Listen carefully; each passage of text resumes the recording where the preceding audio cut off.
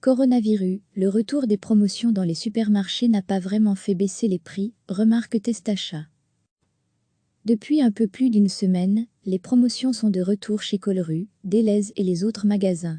Pendant 15 jours, tous les rabais avaient été interdits pour éviter la ruée dans les rayons, dans un contexte de confinement lié à la crise du Covid-19.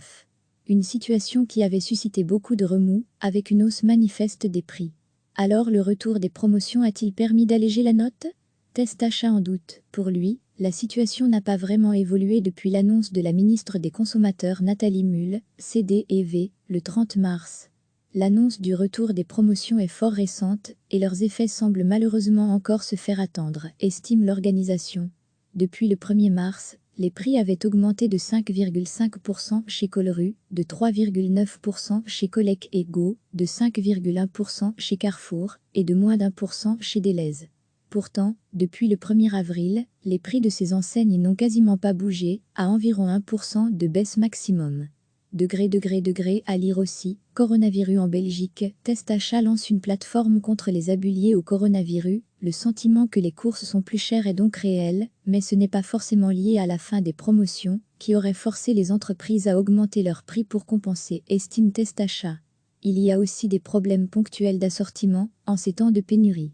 Si un produit de base, en premier prix, ou en marque de distributeur manque, le consommateur n'a souvent d'autre choix que de se rabattre sur un produit de marque, note Jean-Philippe Ducard, le porte-parole de l'organisation. Or la différence de prix entre ces différents types de produits est importante, 66% entre un produit premier prix et un produit de marque, 46% entre un produit de marque et une marque de distributeur.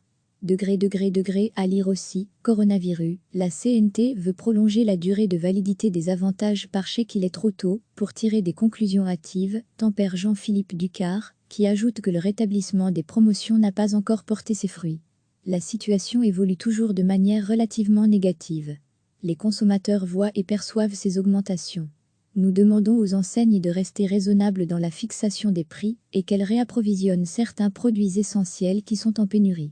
Malgré tout, Testachat ne revient pas sur la mesure de suppression temporaire des réductions. Nous pensons qu'il y avait une pertinence dans cette décision, notamment par rapport à des produits essentiels non périssables, précise Jean-Philippe Ducard. Nous avons été moins enthousiastes à l'idée d'interdire les promotions sur les produits frais et plus périssables. Testachat note également que certains distributeurs avaient déjà augmenté leurs prix avant les mesures de confinement, 3% chez Colruyt et chez Carrefour, et 4% chez Colec et Go, entre début et mi-mars. Recevez chaque matin l'essentiel de l'actualité. Depuis un peu plus d'une semaine, les promotions sont de retour chez Colruyt, Delhaize et les autres magasins. Pendant 15 jours, tous les rabais avaient été interdits pour éviter la ruée dans les rayons, dans un contexte de confinement lié à la crise du Covid-19.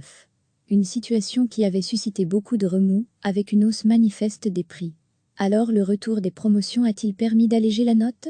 Testachat en doute. Pour lui, la situation n'a pas vraiment évolué depuis l'annonce de la ministre des Consommateurs Nathalie Mühl, CDEV, le 30 mars. L'annonce du retour des promotions est fort récente et leurs effets semblent malheureusement encore se faire attendre, estime l'organisation. Depuis le 1er mars, les prix avaient augmenté de 5,5% chez Colruyt, de 3,9% chez Colec et Go, de 5,1% chez Carrefour et de moins d'1% chez Delhaize. Pourtant, depuis le 1er avril, les prix de ces enseignes n'ont quasiment pas bougé, à environ 1% de baisse maximum.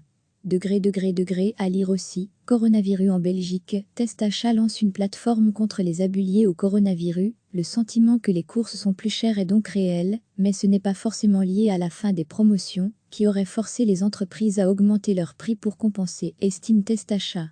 Il y a aussi des problèmes ponctuels d'assortiment, en ces temps de pénurie. Si un produit de base, en premier prix, ou en marque de distributeur manque, le consommateur n'a souvent d'autre choix que de se rabattre sur un produit de marque, note Jean-Philippe Ducard, le porte-parole de l'organisation. Or la différence de prix entre ces différents types de produits est importante, 66% entre un produit premier prix et un produit de marque, 46% entre un produit de marque et une marque de distributeur. À lire aussi, coronavirus, la CNT veut prolonger la durée de validité des avantages par chèque. Il est trop tôt pour tirer des conclusions hâtives, tempère Jean-Philippe Ducard, qui ajoute que le rétablissement des promotions n'a pas encore porté ses fruits. La situation évolue toujours de manière relativement négative. Les consommateurs voient et perçoivent ces augmentations. Nous demandons aux enseignes de rester raisonnables dans la fixation des prix et qu'elles réapprovisionnent certains produits essentiels qui sont en pénurie. Malgré tout, Test Achat ne revient pas sur la mesure de suppression temporaire des réductions. Nous pensons qu'il y avait une pertinence dans cette décision, notamment par rapport à des produits essentiels non périssables, précise Jean-Philippe Ducard. Nous avons été moins enthousiastes à l'idée d'interdire les promotions sur les produits frais et plus périssables. Test Achat note également que certains distributeurs avaient déjà augmenté leurs prix avant les mesures de confinement, 3% chez Colruyt et chez Carrefour, et 4% chez Colec et Go, entre début et mi-mars. Cliquez sur s'abonner pour recevoir les dernières nouvelles.